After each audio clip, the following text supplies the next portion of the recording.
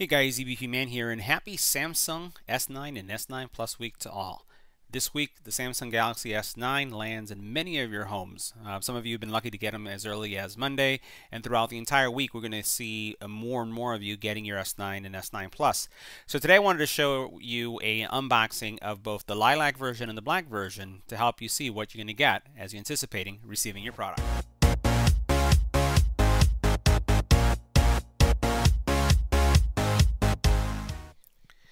Now, throughout the week, as we look at the Samsung Galaxy S9 and S9 Plus, you're going to see hard case reviews for military grade protection, soft case reviews, accessories, chargers, battery packs, and cables. So make sure you stay tuned to the channel because there's going to be a lot of videos coming out for accessorizing your S9 and S9 Plus.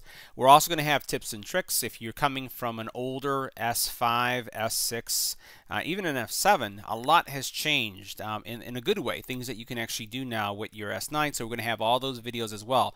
So stay tuned for a video on the first 10 things you should do for your S9 Plus, as well as a review of all the features and things that you would want to know in order to maximize the use of your S9 Plus. So let's get right to it and let's do the unboxing. Make sure you hit that subscribe button so you can get notified when new videos become available. Alright, so we're going to do a double header here. So we're going to have the S9, again lilac version, and the black side by side so you can see what you can expect. So move this over to the side here. And the packaging obviously is going to be very similar to both. What you're going to have first of all is a SIM card remover as well as some miscellaneous information about the phone. We don't really take a look at it. I'm sure there's a lot of you who don't either, but you'll find that is the first piece of this unboxing, and we'll both put these aside. Now, the one thing that I'll highlight is the color. For those of you who are getting a color variant like we have here, I have a lilac version that's for my wife, and I'm going with the black version myself. You'll notice that there's very little that you'll see on the phone that's going to highlight the color. Now, the first thing I'll highlight as you're looking at the box is that I'm pleasantly surprised that the actual frame, you can see the frame around here, it's not even out of the box, does highlight the lilac color, which is pretty cool. I like that because in the past, as you were looking at the phone, if you chose a color, you really didn't see the color at all. So that's something that you can pick out. So let's go ahead and continue removing the phones out of the box so you can see. So here is our black, right? That's kind of boring, but I'm okay with that. And then here is the lilac version, and this is hot. So she's going to be very happy with this, and you can see how that treatment goes all the way around. So you're going to be able to see, even though this is going to be in a case, based on all these treatments, that it is the lilac version. So we're going to put those aside. We'll move this. We have our SIM cards. These are your USB converters. So this is really important because this is what you'll use when you're moving your data from one phone to the other. So don't throw these away, hold on to it. And this also serves as something called an OTG, and that is the on-the-go USB. So you can connect different devices. I did a video with all the different things you can do. You can connect printers, you can connect the mouse, you can also use this to charge another phone. There's a lot of neat things that you can do with it, so don't toss it, and you can use it. It's a faster way to transfer your data than it is just using standard Wi-Fi. You do have your fast charging brick, which is, I'm telling you, this stuff you may not appreciate, but the iPhone, while it supports fast charging, Apple doesn't give you any of that. Apple requires you to buy a fast charger, even though it supports fast charging. Apple also doesn't give you a fast charging cable, and you do with this. And Apple doesn't give you some really nice AKG quality earbuds. And these are actually really good for free. These are probably one of the best freemium headphones that I've seen in a package. So that's what's in the box. So you got your phone, you have your USB-C cable that you're using for transferring, and you have your power brick. We're going to go ahead and start up the phones and set them up and see if anything's changed. Alright, so the next step is to remove that satisfying plastic. There's plastic everywhere, so we're going to remove the plastic on the back and on the front. So we'll go ahead with the front first. Remove that nice and slowly. And we'll go ahead and power this guy up. Go ahead and press that power button. Nice thing about Samsung is that they have absolutely gorgeous screens. So the blacks are black, whites are white, colors just pop. And we'll go ahead and go through the startup sequence. I'll speed up the video. Wow, that was loud. So we do have dual speakers, and you definitely hear that as soon as it starts up. So I got that burst of sound coming from it. If nothing has really changed in the startup, I'll go ahead and just skip through it, but we'll see what's there. I'll just edit things out. So it's greeting me, and it's actually saying hi there. All right, and that's also new. So we're going to go ahead, English, I'm going to hit, and it has use voice guide. Now, let me just pause there for a second, because for me this is something that's important. I have several family members that are visually impaired, and having voice guidance to me is an accessibility enhancement, and I appreciate that when you can get something that's out of the box that has voice guidance from the very beginning. So we're going to go through the voice guidance experience, and you notice how accessibility is also immediately available. Thumbs up, Samsung, really like that. So we're going to go ahead and hit start. All right, and let me go ahead and configure my network. All right, so now that my network was established, I'm going to agree to the terms and conditions. So I'm going to just choose all. And now it's going to go ahead and check for updates. There was an update that was recently released. I don't know if this will get it, because obviously it has to go through carrier updates and certification. And you notice that mine didn't prompt for that. So that's interesting. I know Samsung for the unlocked version received updates, and I think some of my T-Mobile friends have told me that there was an update. We'll see if it comes through for AT&T. These are AT&T variant phones. Now, once you've inputted your Gmail information, and if you've opted for this, you can actually have your system restored. Either go with a fresh install or a system restore. Notice that my last backup took place yesterday at 9:48, which means that it's pretty current, and I've had a very stable phone. So this is coming from my Note 8. If you have an unstable experience on your current phone, like for example where your battery is draining really fast, or just wonky stuff is happening, I probably wouldn't recommend you going from a backup. You're better off just starting from scratch. I've had a very positive experience with mine, great battery life, no draining, so I'm going to go ahead and choose my backup so that I can get everything set up like I like it. Now the next thing is to choose the apps, and yeah, I have a lot of apps, 198 apps to be exact on my phone. So I'm going to go ahead and let it restore all those apps. Now, once you've gone through the process and just started the restore process, if that's something that you choose, or you can go through and just eliminate some of the apps, now you have the ability to choose what type of security options you're going to have. Now, there are several things. You can do your face recognition, you can do your iris setup, fingerprint setup, pattern setup, and nothing at all. The one thing that I would recommend is that you have a form of security. I know many of my friends just like the PIN. I've been a really big fan of setting up the iris scanner. I haven't been using face recognition, but the intelligence scan is a combination of both things. Again, very, very happy with the iris scanner capability, but I'm going to go ahead and choose the setup for intelligence scan, and that's going to be a combination of both looking at your retinas or your iris for scanning, as well as looking at your face. Now, as a backup, I always have my fingerprint and I always have my PIN. So just something to note. So I'm going to go ahead and go through that setup process. I'm going to choose next. And now the next thing is to set it up. So you notice set up a secure screen lock, register your face and irises. So I'm going to go ahead and continue. And the first thing you're going to do is set up what your backup is going to be. So I'm going to set up my PIN. Now, one option that you can enable when using a PIN is on reboot. If someone were to reboot your phone, you can require a PIN when it does, or you can say don't require it.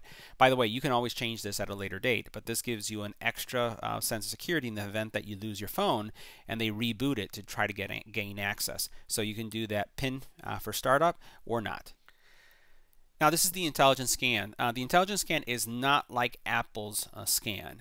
This is a lighter version of it, but I'm a firm believer that the security that you're going to use on your phone is multiple. First of all, it's possession. So if you're someone that always has your phone with you, that's one form of security. Then having the PIN and the actual iris scanner, even the fingerprint, is great enough.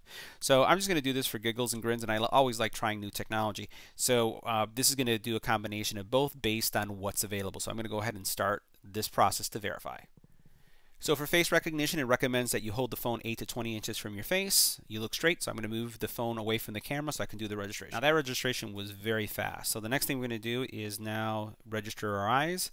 And notice it's giving you some tips. If you're wearing glasses or contacts, take them off. It does work with glasses on, I can tell you. It even works in the dark on my Note 8. So I'm just going to do it for the registration. I'm going to remove my glasses and go through the registration process. Now once you've done that registration, you do have some additional options here. We're going to go into this in a little bit more detail, so I'm just going to go with the default and hit next.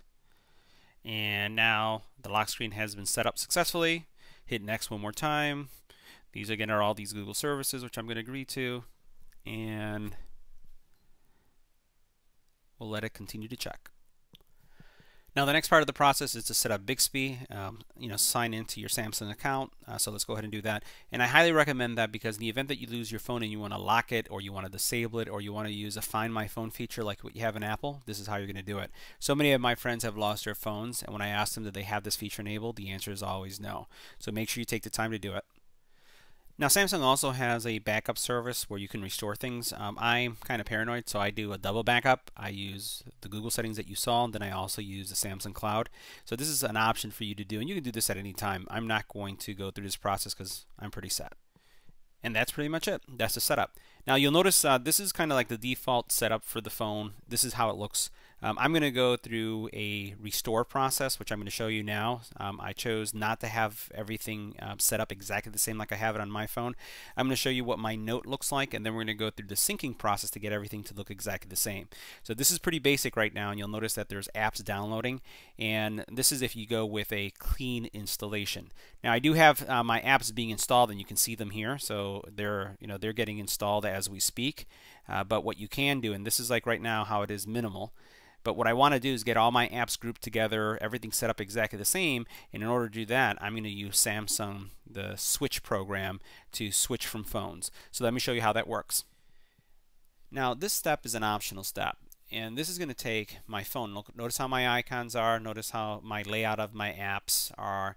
If I want to get this phone, or this phone right here to look just like this, you're going to go through this process.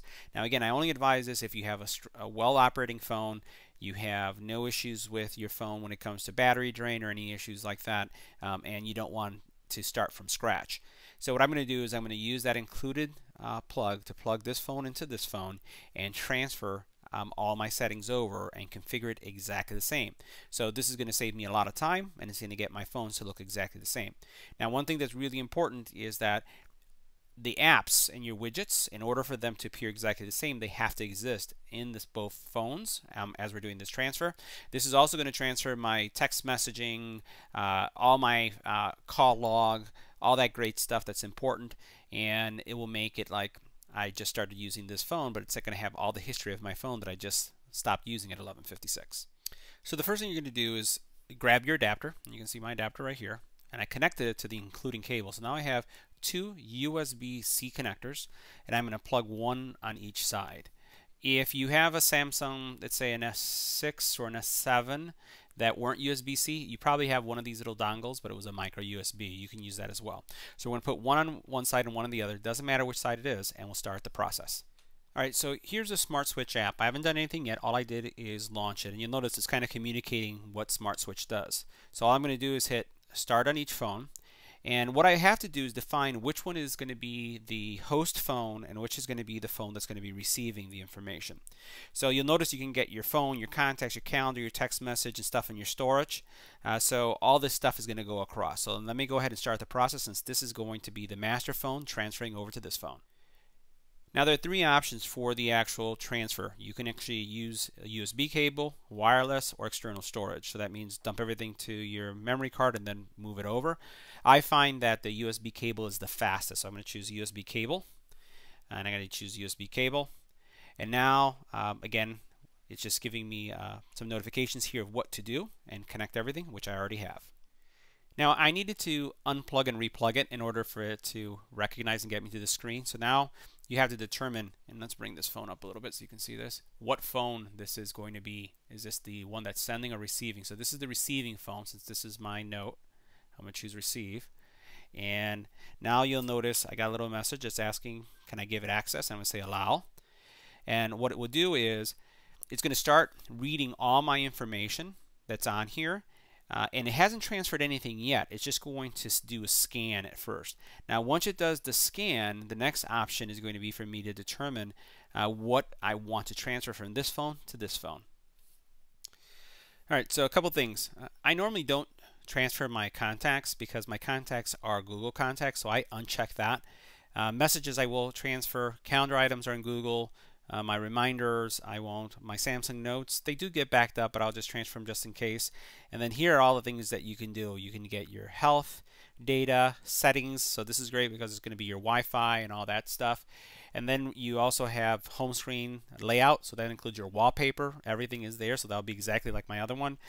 And then over here you have any kind of media that is local. This is not on your memory card. This is what's local. So I have 32 videos, 80 music items, so that will come over. Any documents. And then if I was transferring from one SD card to another, I could actually move my data as well. But I'm going to keep the same SD card. So all I'm going to do is hit transfer, and you'll notice it says at the top the estimated size is about 11 gig of the, what's left. So I'll have, there's available space of 44. So let's go ahead and start the transfer.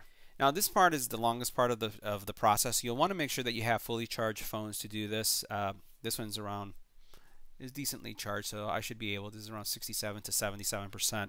So I should be able to get by with it. It says that it's going to take an hour.